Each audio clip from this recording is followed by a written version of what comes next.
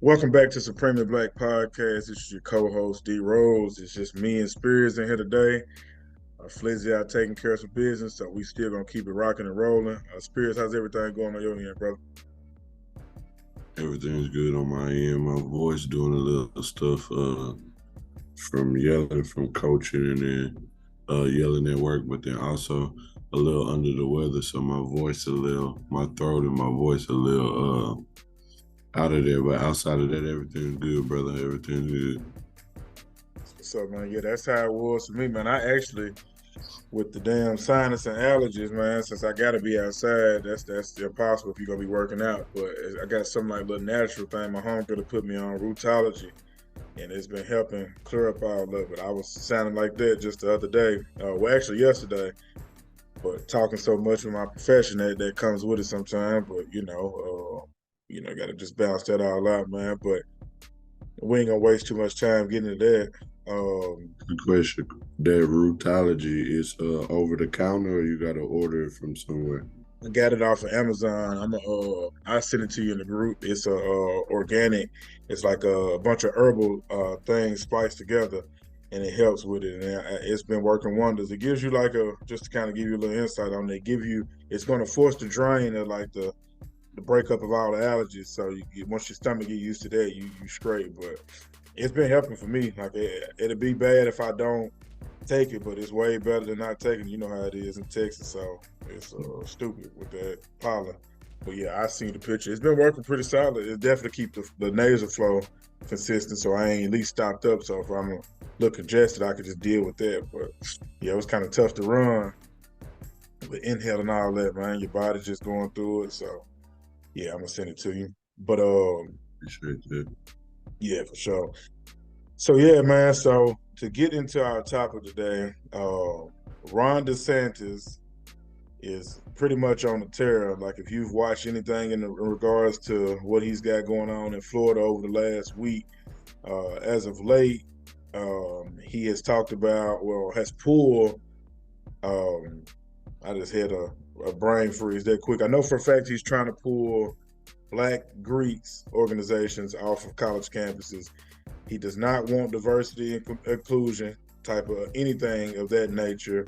He's talked about gay people. He's talked about he's just on the terror, just to be honest with you. So that's what we're going to discuss in this particular episode is because as of late, he was saying that he wanted to pull HBCUs, the ability to have Greeks organizations, and this is across the entire state of Florida.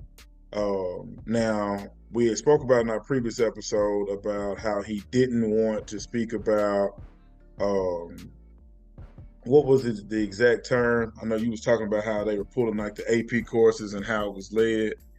Yeah, Spirit. he he didn't want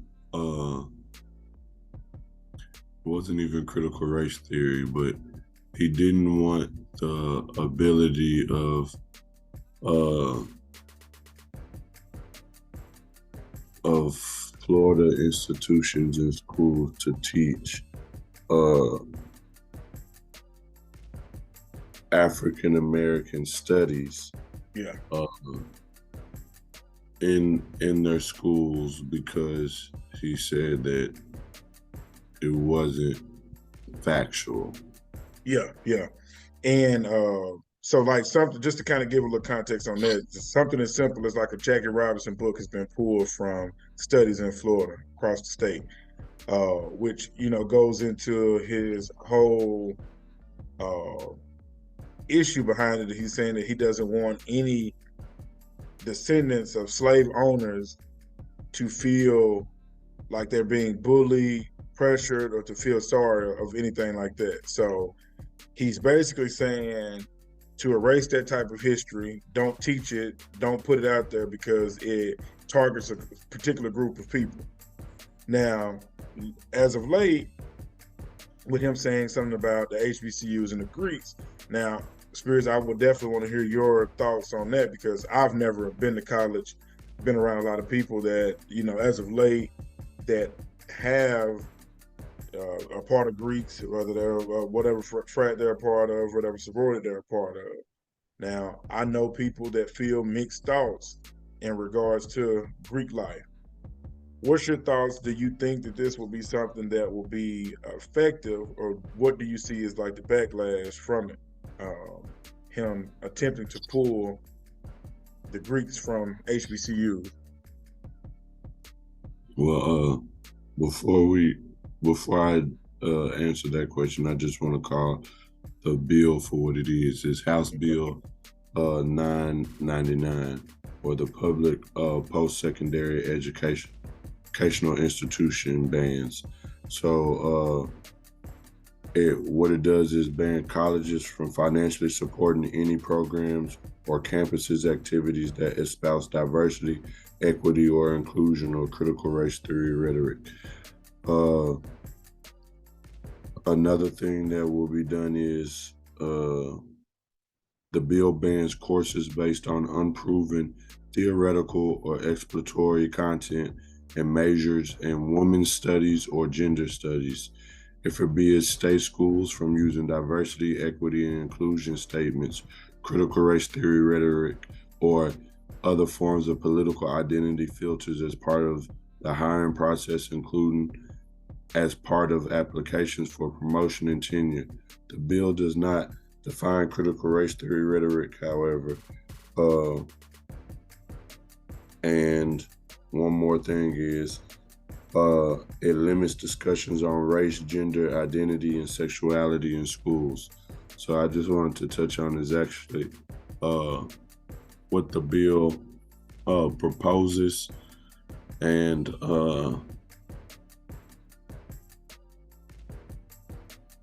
what it's all about. Now, we're focusing on one aspect right now, really about campuses, but just a little background for some of our listeners and supporters, just in case they don't know about this or haven't heard about this. He's not just tackling the universities with this; he's tackling corporations and companies with this too. So he's coming at any business, any entity that might have a diversity, inclusion, and equity department in their company. And so therefore he's coming at all of that. However, Florida does have a I'm not gonna say a surplus, but they do have a couple of HBCUs and quite a few HBCUs in the state of Florida.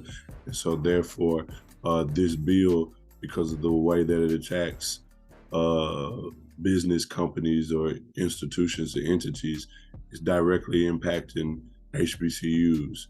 And with what you said, Rose, it directly impacts the fraternities and sororities of HBCUs because of what they was founded on. This day and age, in today's time, fraternities and sororities don't necessarily discriminate. So you'll see some Caucasian Kappas, some Caucasian Qs, some Caucasian Zetas, AKAs, Deltas, and all this other stuff sprinkled in between your fraternities and sororities and whatnot. And they don't necessarily exclude any race, creed, or ethnicity. However, if you know, you know, and if you don't know, you're about to know.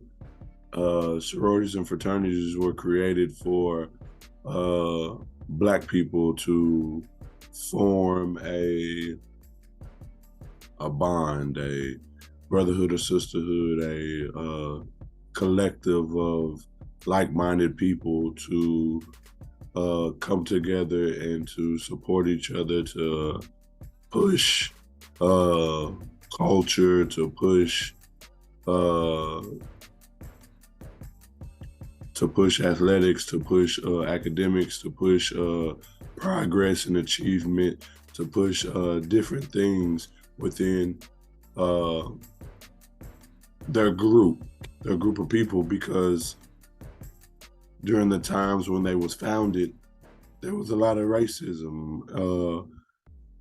more so than there is today, even though racism ain't really went nowhere, but it was very prominent because that was post uh and when I say post, I mean very close, and some of it was still during uh slavery or right at the end of slavery or whatnot. Emancipation Declaration was signed in 1867, but just because it was signed then, and I think my date's right, 1867, just because it was signed then does not mean that slavery actually ended then. So some of these sororities were founded in 1911, 1902, 1906, and different things like that, and all of that stuff. So it was still very prominent times of racism, slavery, or indentured servitude, and different things like that, where people was on plantations, working plantations, or looking for their 30 acres and a mule, and being dragged to jail because they didn't have a home to stay in or whatnot, and being forced different places where a lot of people couldn't even attend colleges, but the few that was allowed to attend colleges or whatever was either at HBCUs, or some people got in at some PWIs or whatnot, but they dealt with a lot of hate, racism, and different things like that. So these fraternities and sororities was founded to help cultivate and build a safe place for Black people. And so now if you take that away and say that, oh, you're not allowed to promote this or associate this with a certain institution, college, university, I mean, that's deep. I mean, I don't even know what the actual effects would be from it, but I know is actually nothing good, because a lot of these fraternities and sororities, yes, they have grad chapters now where you could cross grad and everything, but a lot of their principles and a lot of their foundational stuff is based on community campus, so and campus involvement. So if you take away them from the campus, you're kind of disassociating them from a lot of their purpose and a lot of the reason why they was founded, and what the importance of the organization is for. And so it's a dangerous bill, and it's a dangerous game that he's playing, because again, we don't. That is a big thing, but we can't just act like it doesn't also hurt a Fortune 500 company or a Fortune 100 company that's in Florida that has a diverse equity and inclusion program in their company that does a lot of things for creating some equity and equality within that company, but also within that community, because a lot of these diversity, equity, and inclusion departments don't just function inside of the business. They do some community things to also help the communities out, and to donate or to work or to volunteer or whatever for them direct purposes, to create diversity, to create inclusion, and to create equity within the community, but also within their company. So it's a dangerous thing, bro. It's a dangerous thing. Yeah, and I agree, because just by doing the history of just the impact of it, that Greeks have brought to the Black culture specifically, especially when you think about like college campuses. But like you said, the real bigger piece is that there's going to be more Fortune 500 companies. There's probably going to be universities, and people are going to be employed in those areas, or could be impacted by not being employed because they don't no longer have to approach it. Now, there's two sides to it. Now, one side I would think for myself is like, okay, people are actually going to show their true colors. So you're actually going to see, okay, either they want me here or do they have to meet a quota to get me in. So you may still be limited with those opportunities, but I'm a realist. I like for people to just to be who you are. Don't try to come in and fake the funk to get me to be just a number or a statistic, be the token black guy, black girl in your organization.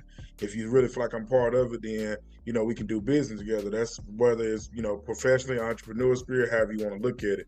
But I just think that the game that he's playing is just really just gaslighting, the people that he feels is going to support him. And I've heard the comparisons.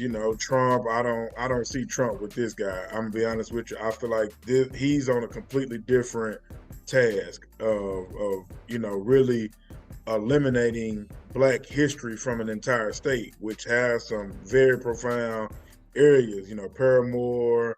Some of the original first Black slaves established the first cities in Florida, coming fresh off the boats. A lot of Haitian pride there. Like it's a lot of Black culture that is rich in Florida that is going to get outweighed, or pretty much is just going to be completely, thrown away. Just kind of like when I think about Rosewood, how that happened in Florida. People don't really know about that. It's a lot of Black history, and a lot of those areas that you think are so dangerous now come from being original slaves coming in and establishing those communities before they were infiltrated, either bomb, kill, or drugs end up taking over. Now you look at it as the ghetto, but it was never like that.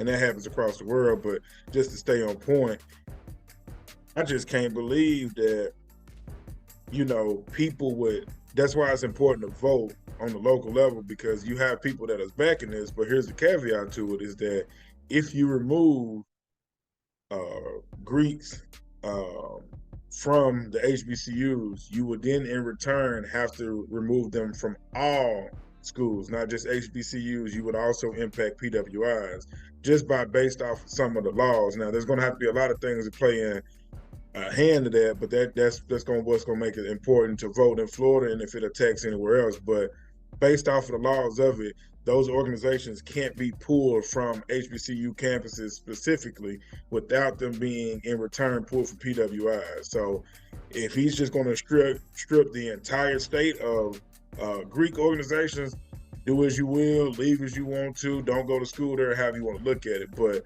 there's a domino effect that will occur if he decides to say just Black history, because with the laws that are put in place, it does protect both sides. HBCUs may be his target, but if not careful, you pull those, you have to pull the white Greeks as well, because it's all Greek. We just look at it as quote unquote Black or white just because of, the Divine Nine. So of course, that's how we're going to look at it. But it's going to impact the entire state and any organization that's considered Greek. So we may be looking at something that's, dragged out. And then honestly, it doesn't seem like he cares, but this could hurt his political campaign, because unless he got like old white people or Hispanic people that don't care about anything culture driven, you've pretty much lost the middle-aged people once they read the laws and realize that it's going to impact both sides and not just one side if they care. So, yeah, interesting. Well, the thing with that, and you made a good point, but the thing with that, I would say, is when I was reading this and I was thinking about it, that culture and subgroup doesn't talk about their culture and subgroup to the extent that we do. So then therefore, I don't think they really put an emphasis on their race per se, because they've always come from a place of privilege, and they've always come from a place of majority, to where their focus didn't have to be on Caucasian community or Caucasian. I think a lot of that comes from them not actually really having a culture, and you can talk to them and they can tell you that they would love that, but I'll let you finish. But yeah, that's really where they come from. Yeah. And I agree with that. So with that being said, I don't know if it will actually have an effect to the alpha mu gammas or whatever the case may be that are on PWI campuses, because I don't think that their foundational statements really derive from a culture/race narrative, more so like a divine nine fraternity or sorority. I think their stuff is, we know what they did, but I think their stuff is based off of partying and emulating, and they say imitation is the best form of flattery or whatever, and all that other stuff. So of imitating of HBCUs, but I don't know if they really knew the depths and the detail of, and I said HBCUs, I meant fraternities and sororities, but the depths and the detail of why we did what we did. And I think they just did it just to be able to come together, get some frat houses and party on campus or whatever the case may be. So I don't know if it will affect them the same way, but what I do agree with you on from a standpoint is that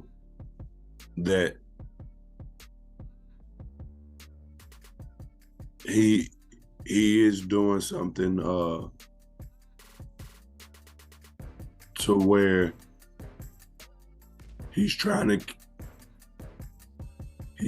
keep the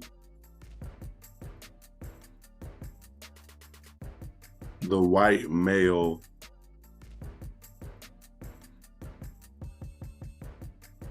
or I'm not gonna say keep, because they're not, or they never been, but in America they have had a run, and I guess they are. He's trying to make sure that the white male stays dominant and superior to everything else.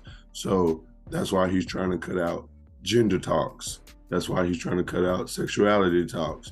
And again, some of it has an attack on the LGBTQ plus community, but if you look deeper into what it is too, he's really directly trying to get rid of women's rights. So he's really trying to go back to the 1960s and before and everything. Well, women didn't have certain rights. They couldn't vote and all this other stuff.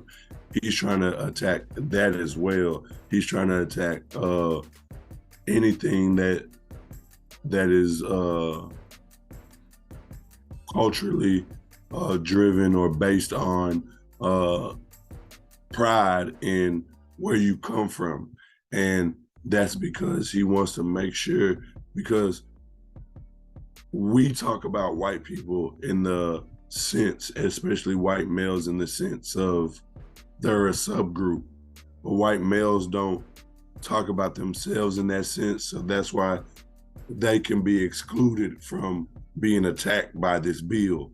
And so in that sense, he's or there, because it's not even just, I don't even know if this is his bill that he wrote or if it's just a bill that Republicans in Florida came up with, and he has the final say on whether he signs it or not. And it is something that he's pushing. He's running that agenda and that propaganda out. But I don't know if it's a bill that he actually, constructed.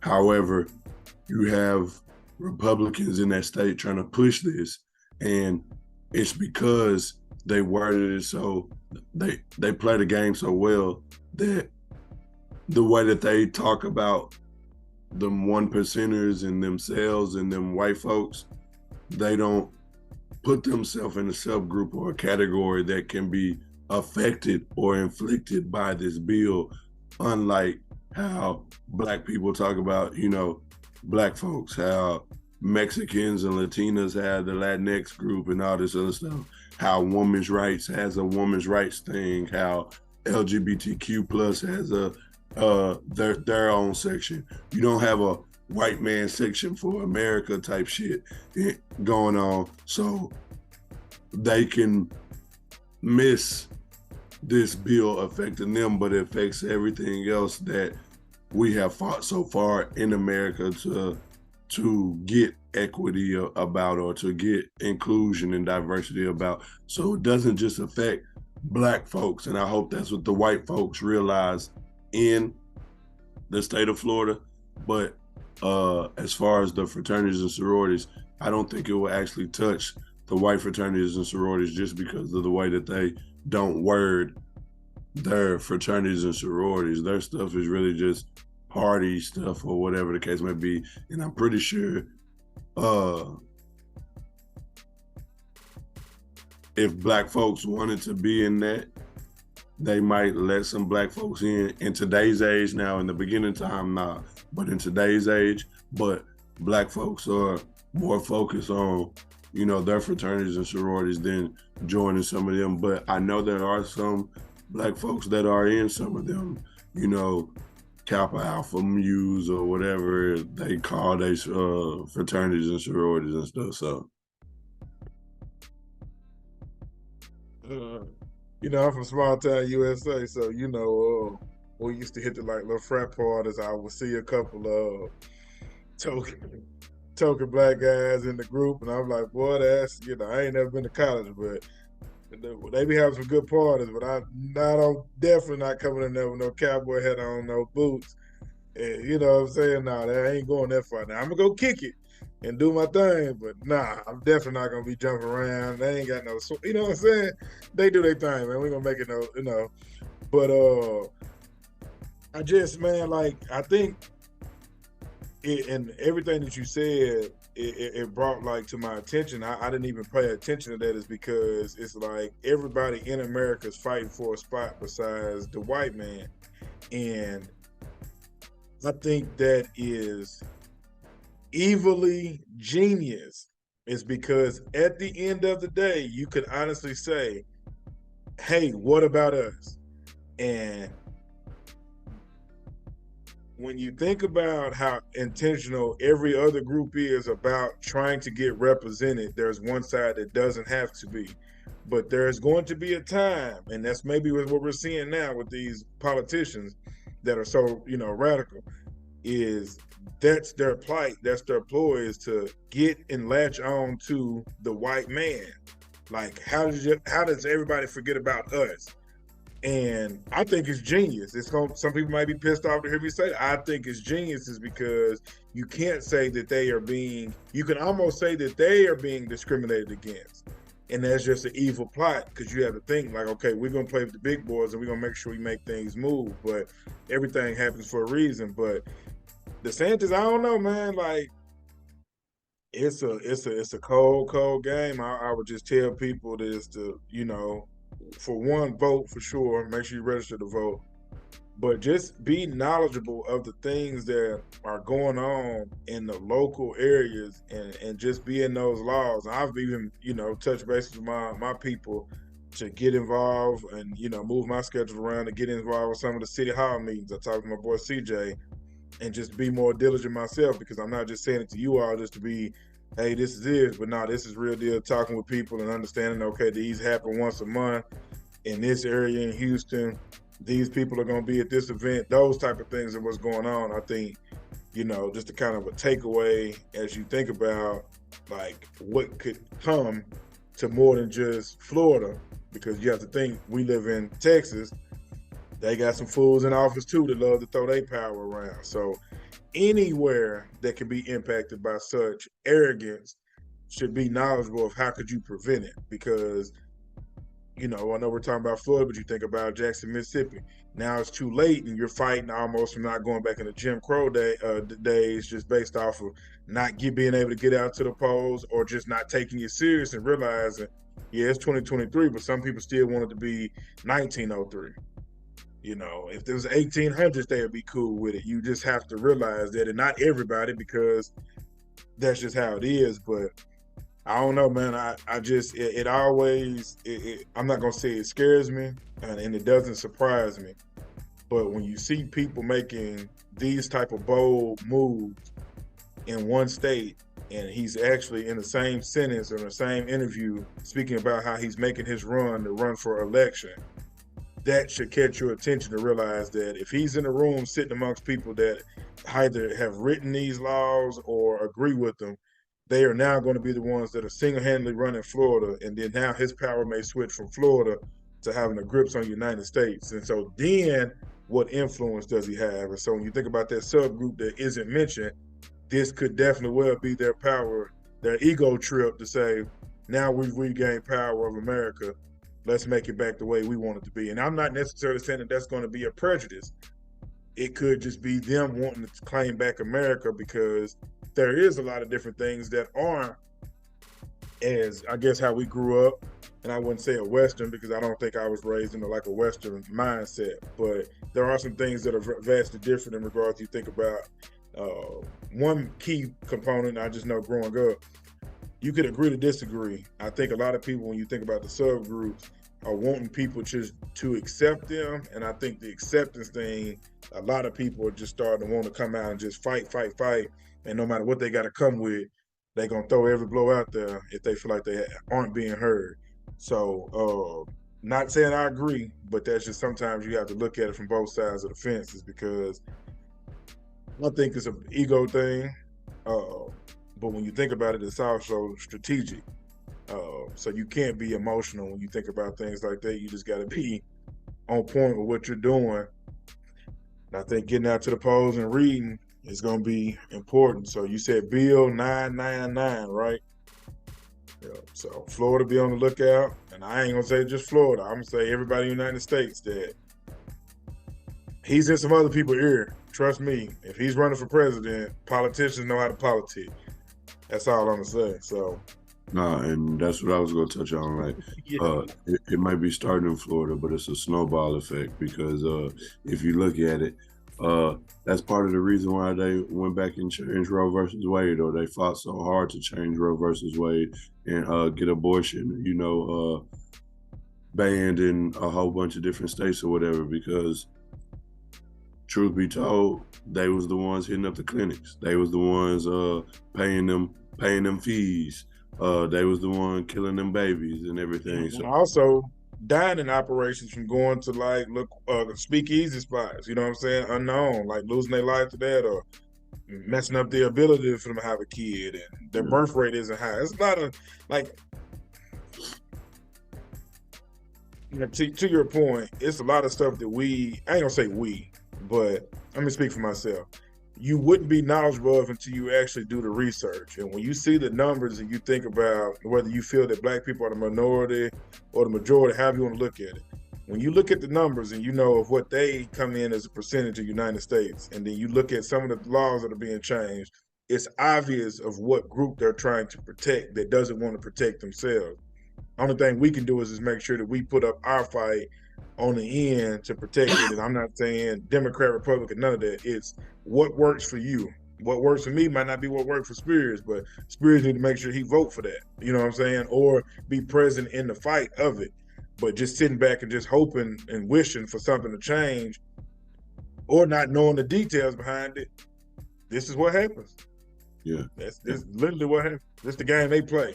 They don't play with emotions. They play with power. And power and voting, power and being present. And so there's a lot of things that is transpiring in politics, but also in the world that if we're not careful will have some ramifications and some effects on us, because again, they are trying to have self-preservation and protect themselves, but they're doing it in a way where it is not spotlighting the actual source or the reason on it being to protect them and for self-preservation of the white man. I'm not even gonna say white people, the white male dynamic. And so therefore they want, them to start producing babies so then there'll be more white male in America. They want people to stop talking about diversity and inclusion on all aspects. And this ain't just Black, like I said, because if you go deeper, it talks about women's rights, it talks about sexuality, it talks about diversity and inclusion and equity in all aspects except for the white male aspect. And so if you're not careful, this can get us back into Jim Crow era and Reconstruction and slavery, because that is the method and the movement that they're moving towards. And so, it started with Trump. Now we got Ron DeSantis. You got people like Greg Abbott. I'm not saying Greg Abbott's ever going to run for national office or anything, but you just have those politicians and those people that's in office, that's in Senate, that's in governor houses, that's in mayor positions, that's in representatives of the state, whatever positions that they hold, that are really trying to push this agenda. And again, it is for self-preservation of the white male. But again, because they don't say self-preservation of white males, or we're trying to protect the white male race, or we're trying to make sure that we're good. Like you said, it's genius in the way that they're attacking it and wording it, because that is essentially what it is. And if we're not careful, and when I say we, I mean the nation, the state of the USA, the state of politics, the state of communities, the state of just America in general, a lot of things will transition to where a lot of the work that we have done will be for naught, and it'll be null and void because of the specific and direct attacks that they're doing, but the way that they're wording it, to where if you're just breezing through it and overlooking it, or skimming through the details and not looking at the fine print, or not paying attention to it because it might not say something that really catches your ear or your eye, it can really have a direct impact and effect on you, though, just because they worded it a certain way where you wasn't paying real attention to it. And so that's the thing. It pop off of Florida. It could be a brush fire to where, like you said, we know how Texas is. Texas pick it up. Georgia might go back red, and Georgia pick it up. Tennessee already got some things that they're doing in the school systems as well, without really speaking about anything critical race theory. They haven't went as far as Florida for sure, but like we just spoke about it, but it's very, very generic in regards to what they say the history is. So when you start to teeter the lines of altering it, then it's already whitewashed. So like you said, it could be a Southeast thing. It could almost be like the Confederate, it could get, this ain't no scare tactic, but it could get to the point to where it's legally South against North again in regards to how they're going about establishing laws in states. But the thing is, I'm not even gonna say South against North. I think the North will be with it, because there's a lot of Republicans that hold powerful spots in office that are pushing narratives and agendas. They might not be on this yet, but they're pushing some things when you watch them speaking at the House and all of this other stuff, and things that go on in the Senate and stuff. So I wouldn't even say it'll be a North against the South thing. I would say it would literally be a white man's agenda, and to the point that we talked about before, how you have laws and stuff that affect poor white people, but the poor white people still look down on the black folks like they're better than, not realizing that some of the stuff that them white folks are doing against the black communities directly affect the poor whites too. That it would be a white agenda. Damn. It would be a white agenda. However, those whites that it's really not helping will still be with that agenda, just because they can only see color, but they don't see classism, because this is really a classism thing. Classism, yeah, exactly. More so than a racial thing. Now, it does cross over into some racial aspects, but this is more so a classism thing than anything. Yeah, and I agree. And only thing that I would say that I would challenge on that, I wouldn't necessarily say just Republican side of it, because I am not too fond of, as I do research in regards to everything that's blue is not true in regards to this instance.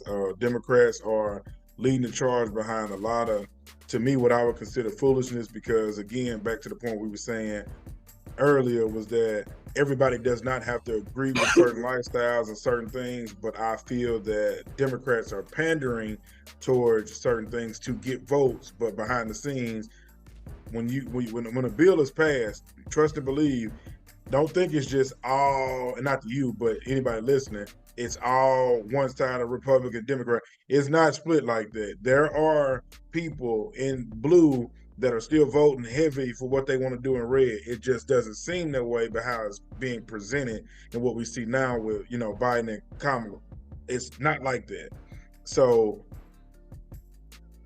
will be the only thing that I would challenge, is because I wouldn't just sort of say red. It's because the blue has a lot of foolishness that's in between they little blurry lines that they like to tiptoe and use the culture word and et cetera, to get you hypnotized and think, oh yeah, we're going Democrat. I wouldn't be too sold on that.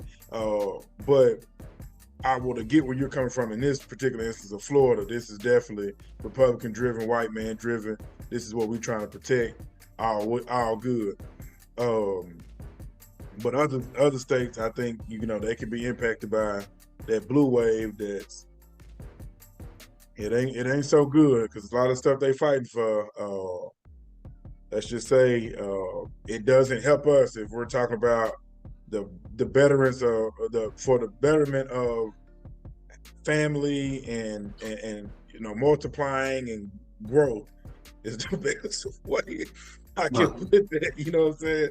Yeah. No, and I totally agree with you. The only reason why I didn't mention Democrats is because they're subjected more so than the Republicans to the ear of different subgroups. So when I say different subgroups, I mean not just Black people, but because, like I was saying, the women rights, LGBTQ plus, and all that other stuff. So even if they're not doing nothing specifically for Black culture, they do a lot of stuff for them other subgroups. And so that's why I was saying, that's why I really separated the Democrats from the Republicans, because we know there's a lot of shit that Democrats vote on that don't benefit Black people at all. And so I agree with you totally, and I'm with you there. But there's a lot of stuff that Democrats will push forward for other subgroups, whether that be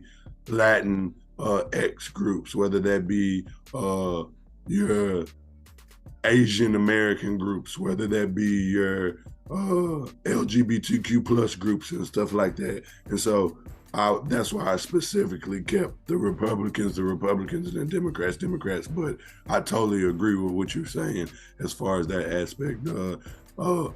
These politicians are controlled by the corporate dollars and the people who donate to them. So that's the way that they're gonna push. That's the way that they're gonna go, because they need them funds to survive. And if they don't have them, they're not who they are, and they're not able to get into in front of the masses for their campaigns or whatever the case may be. And so whoever donate to them, that's the way that they got to go. So of course, lobbyists control the market when it comes to that, for sure. Lobbyists control the market there. So but any closing thoughts? I feel like we may have to get Flake on here, and we might have to revisit a couple of things we mentioned in this one, not necessarily just Desantis, but just the impacts of it, though, because it was the key points we got. So no closing thoughts. I do want to send a shout out and my condolences to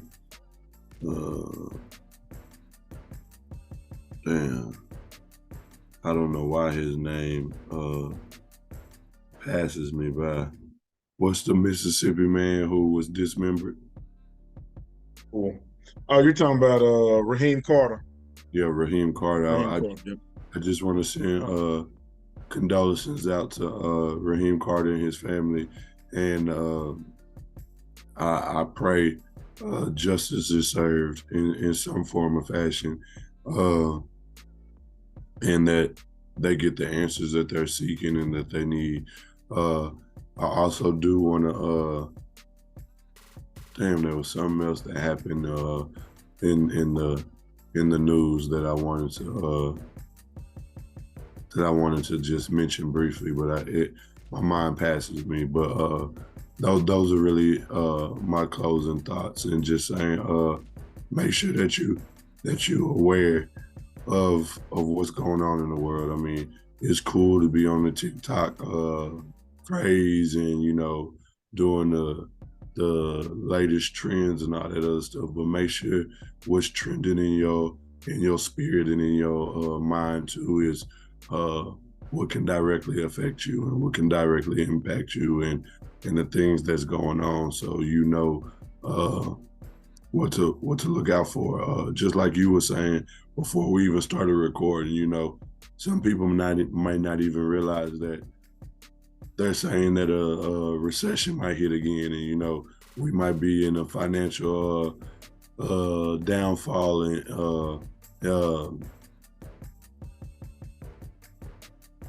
and and things of that nature. And I just want people to be aware, because sometimes you could just live life on the fast track, but then when life decides to life, you're not prepared for it. So I just want to make sure people are aware and mindful of the climate of America and the world in general. Yeah, yeah. Yeah, I couldn't agree more with that one. But I know I made a little short over the Rasheem Carter situation, and like you said, our condolences goes out to the family. I hope he does seek justice, get justice rather. We may have to touch on that, but in all actuality, that's some yeah, I don't really get into that, but everything you said is all the way true, and it's eye opening. But there is a lot going on in the news. I was joking with my partner today, and I'll close with this: it's like I could give a damn about Takashi 6ix9ine getting his ass whooped when we out here getting our ass whooped every day. But this shit is really going on in real life. So, uh, yeah, focus on, control what you can control, enjoy some of the foolishness, but also just realize this ain't no game out here. Everything ain't all serious, but uh, everything should be calculated for sure. When you think about like the small stuff that's occurring, that for it's a news clip, you're a news article, and it happens that quickly. Something else happens. So just stay intentional, man. Do you have a black business minute? Nah, I don't, because my voice is out of there and I shot. got And so I almost did. I almost messaged in the group and said, my voice out there. I don't know if you want to go, but then I was like, nah, you know what? Because we knew Flake was busy and everything. I was like, nah, we be intentional with this and struggle through what you can. And I know you heard my voice going in and you. Yeah, out. So yeah, uh, it's all good. I didn't do a black Um, business this week. I will say this for the Black Business Minute, and I will just say, shout out to Dez, Trent, Oh yeah. Yates. They had Black Bar Crawl last weekend. It was the season finale. So but to explain what it is they frequent every black bar, keep everything, liquor stores, you name it, and it's going to the those establishments and patronizing, spending, having a good time. It's like a real. I've been to three. They've had 8 or 9, and it's like a big family reunion. It's always fun. They got the actual bar crawl day. The mayor of Houston came out and gave them their official day, bar crawl day. From my understanding, talking to the people that have thrown the event, there has never been a fight, a shoot, nothing, no drama. It's just all black love. Everybody come together and have a good time. A couple people might have passed out from drinking, but that's just all good fun. So, salute to them brothers. That'll be our Black Business Minute. But yeah, that was the Houston bar crowd, man. It was a sight to see. And we'll close with something a little different, man. Since Flake ain't here, damn, he clever with I don't have he got the lisp his ass when he do the, you know, you know, tend to things that just ain't my flow, man. But um, what'd be a good one, man? Spirit's voice ain't here, so I'm gonna tell you this: don't worry about being liked, just be impactful. That's what I would leave you all with, man. But it's the Premium Black Podcast. This is your boy Rose. Spirits with the cracked voice. We out. Long live CC.